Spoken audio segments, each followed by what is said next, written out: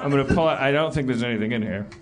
I'm really excited about Robert Duvall playing Robert Downey Jr.'s dad. World Cup. I'm going to be honest with you. That was just part of that whole linguistic thing. Like, some people say, Erin was saying that when I was talking about that with her. She's like, people say, honestly? Or they go like, I'm going to be honest with you. Yeah.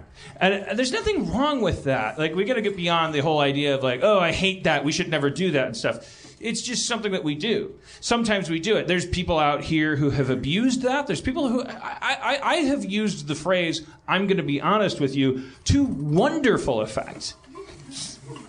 I'll give you an example. No, there's no example. I'm just saying, like, it's not about being a good or bad person. Somebody tweeted me a link, Jeff. Somebody tweeted me a link. Woo! What was that link? To this guy that does this thing. It's called, what the hell is it called? Surveillance cameraman? Does anybody know what I'm talking about? The man who deals with surveillance cameras. It's a guy who takes a camera, a kid, maybe I should call him. I don't know what to call him. Takes a camera and he just... Now, dismiss all your notions of, like, good person, bad person. You don't... Just assume he's a bad person. It sounds like he is. He just takes a camera and he just goes up and gets in people's faces. He just stands there with the camera. That's what he does. People can see the camera, or is it a hidden camera? Yeah, no, they can see it. And then they... So it's just... Then it's a montage of people looking and going, what are you doing? Stop it. And then it splinters off into all of this behavior, none of which is good or bad, of which is fascinating. Is he provoking them with like questions or things, or no? He turns this kid has. I mean, I think this kid is just going through a phase that we all went through, but he has access to more technology than we had when we were this age, because kids age. That's my assumption, but that's I don't know. He could be 48 years old. What matters is that this kid has effectively, like regardless of what he's doing, the end result of what you're watching is that you're getting to see humanity as if you're a scuba diver outside a coral reef. And so there's fish that gather around you and are angry at you because they're gathered around you. There's fish that, of course, dart the other way. There's fish that come at you or that circle you for a second and then dart at you and try to get your mask off. There's fish and everything in between. This guy will open the back door of a Burger King and walk into the kitchen, and it's just a POV of walking through a fucking Burger King back in the kitchen with 8 people cutting lettuce, flipping burgers, and every person he walks by, it's like they're all brontosauruses in Jurassic Park. They all look at him and then go back to chopping lettuce. And then one guy will come up that's like, excuse me, hello, because he thinks that when he does that, then that means go away. But then he has to go to the phone. Everyone has a different relationship. There's like a camera that goes into a laundromat. There's a guy sitting at a table at a laundromat. And the guy's just sitting at a table in a laundromat, and he's watching this camera come toward him. And the camera comes toward him. And then just as it sits down at the table in the laundromat across from him, the guy goes from totally just sitting there watching the camera to flipping out, flips the table up into the camera, goes like, what the fuck are you doing? Get the fuck out of here! And starts chasing the guy with a chair. And all this guy ever does, this guy is not a good person. Not a good person. Yeah. Is a scuba diver a good person that goes in and like looks at fucking, according to the fish? No, not good. Get out of there. You shouldn't be there. Don't be there. I hope it's a kid, because that seems like a good 17, 16-year-old kind of instinct. It feels like a phase that we all go through. Well, I went through when I was... But the interesting thing about it is, like, there's a strangely uplifting component to it, because some people are grabbing at the camera, like, literally just, like, smash the guy in the face. But maybe does anybody just like see the camera and just start singing Moon River really well? There are some like Ben and Jerry's kind of like old school like guys with big long beards like Spencer in 30 years. I'll give you 30. It'll some of them just cut to a guy in a big long gray beard and he's just staring. Like he's waiting for a crosswalk and this guy came up to him, so it just cuts to this guy that just stares into the camera. and he's waiting for something to give, and then he goes, I don't know, and walks off. There is no heroic or villainous reaction to somebody dehumanizing you. You know, there is no, but none of the people who are on this video are good or bad people. But the incredibly, the epiphany I had while watching it was, oh my God, I've just been given permission to look at people as if they are animals. Because some of them are violent animals, and some of them are pacifistic animals, and some of them are herding around him. He'll be like in the middle of a Target, and then it's just people like slowly encroaching on him, going, "Hey, what are you doing? Hey, what are you doing?" And they're all like kind of like ganging up on him.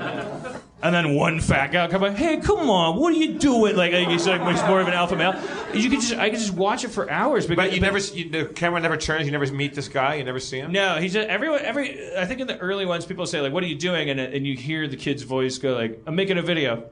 He's just sad, but I think he drops. So he's like he's Sacha Baron Cohen, but without the ego. Like he doesn't want to be on the let's assume this kid is the worst piece of shit in the world. Let's assume he's like pre-Columbine. He's ready to, let's not pin any medals to his chest. But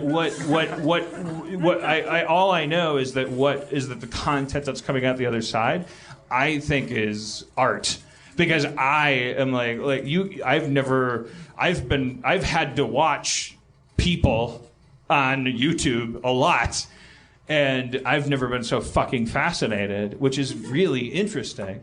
And all he does is just say nothing and just get in people's faces and with his camera. What would your reaction be if somebody walked up to you? I don't know. It might be different. It would be one thing on Tuesday, one thing on Wednesday. Well, let's say let's paint a picture. Let's say that you're. What do you do? You're standing outside the drawing room on your phone. Let's say. Am I drunk?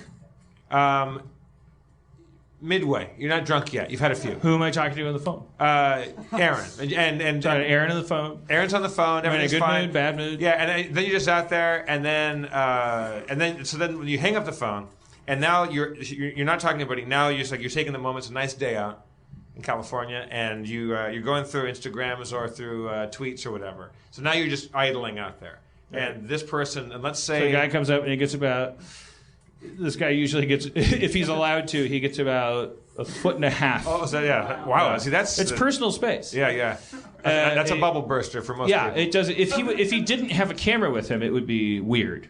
The camera makes it less weird. I want to stress over and over again because we belong to this culture where it's like, oh, he's a good person, he's a bad person. I don't know this person could be a whole. It doesn't matter. So this day, you don't have a chip on your shoulders. And there's nothing really like. And the guy just comes up, yeah. And but honestly, like I just got off the phone with Aaron, so I'm outside the drawing room. Camera comes up, and I go, hello, hi.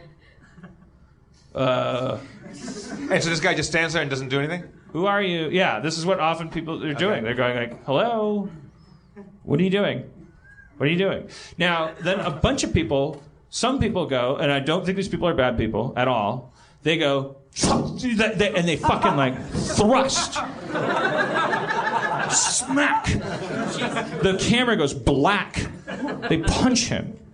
They grab his camera. And then he fades back like a bird, and then drifts back in. Oh, really? Yeah. Like fucking Rocky Balboa? Yeah. He just goes, stay down, Rock. Yeah. He just kind of he just acts like a weather phenomenon. I don't want to praise this person. I don't think what he's doing is heroic. So you've done 10 seconds of what's going on.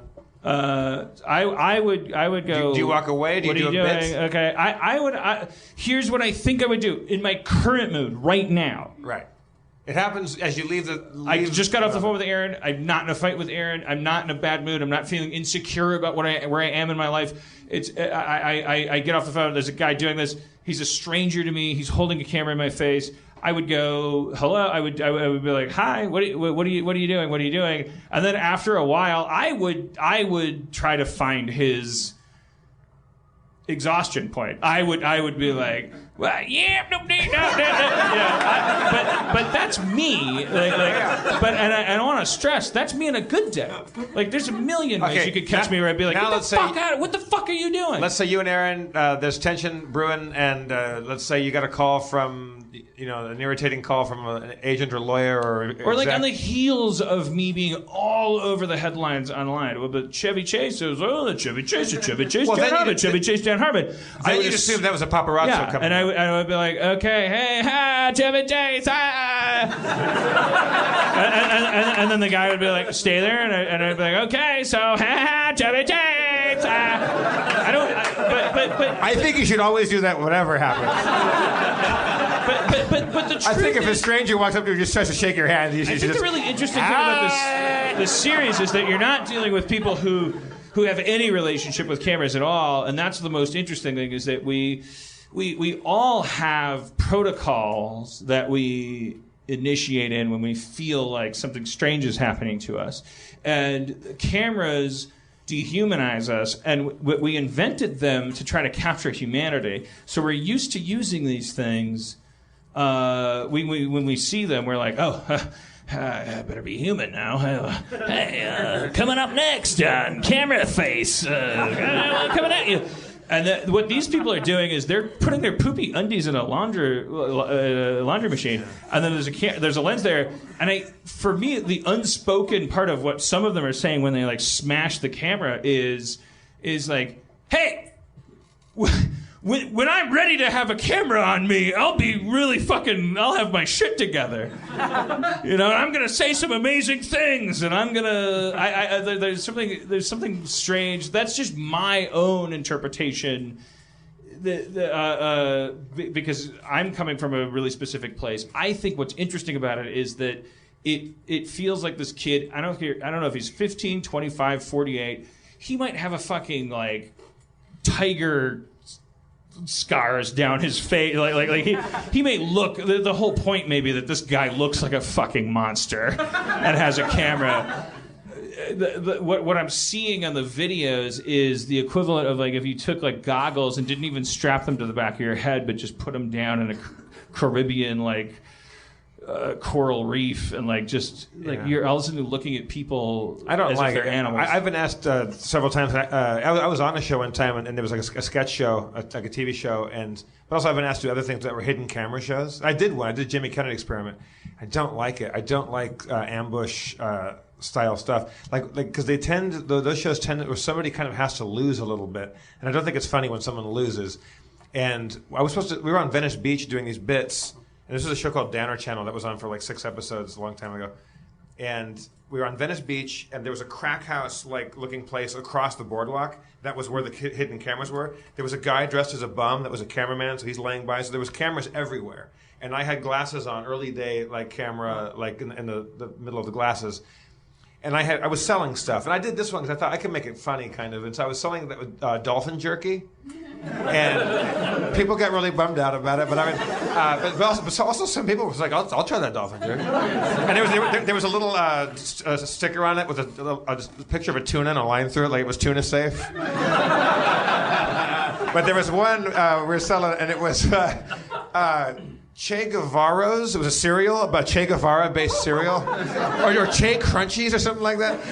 And there were little, instead of like green clovers and blue stars or whatever the fuck, it was like hammers and sickles and revolutionary stars. And so I'm selling these Che Crunchies, and these 3 girls come up, and they're like kind of tough, like I would describe like if I could like guess what their lifestyle was: anarchist or like very left-leaning, possibly lesbian, like lots of piercings, probably very intellectual, and also like a little bit of LA street tough kind of, like they didn't come from like privilege or anything.